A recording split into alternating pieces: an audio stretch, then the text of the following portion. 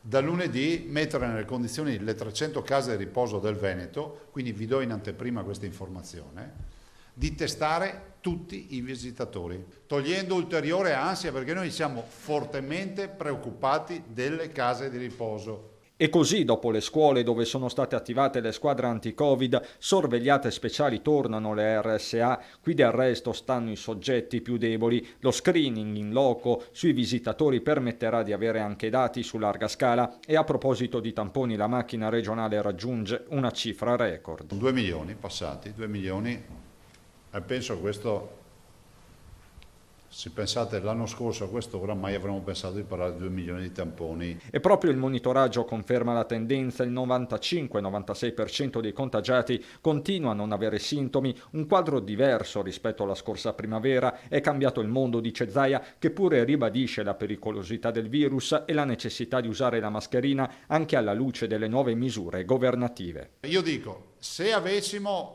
indicazione che prendendo una compressa al giorno ci salviamo la vita da una malattia mortale, ci sarebbe qualcuno che rifiuta la compressa? No.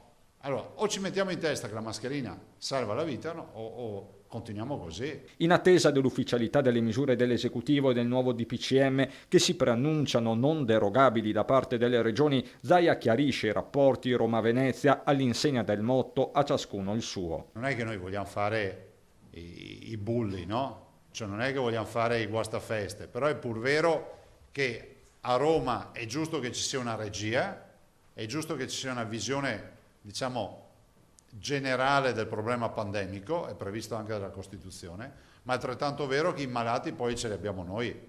C'è poi una partita internazionale, il Veneto si candida con Padova per l'Agenzia Biomedicale Europea. Vi annuncio che noi siamo candidati e che abbiamo dato anche l'incarico a un'autorevole realtà per farci il dossier e che quindi il Veneto è della partita.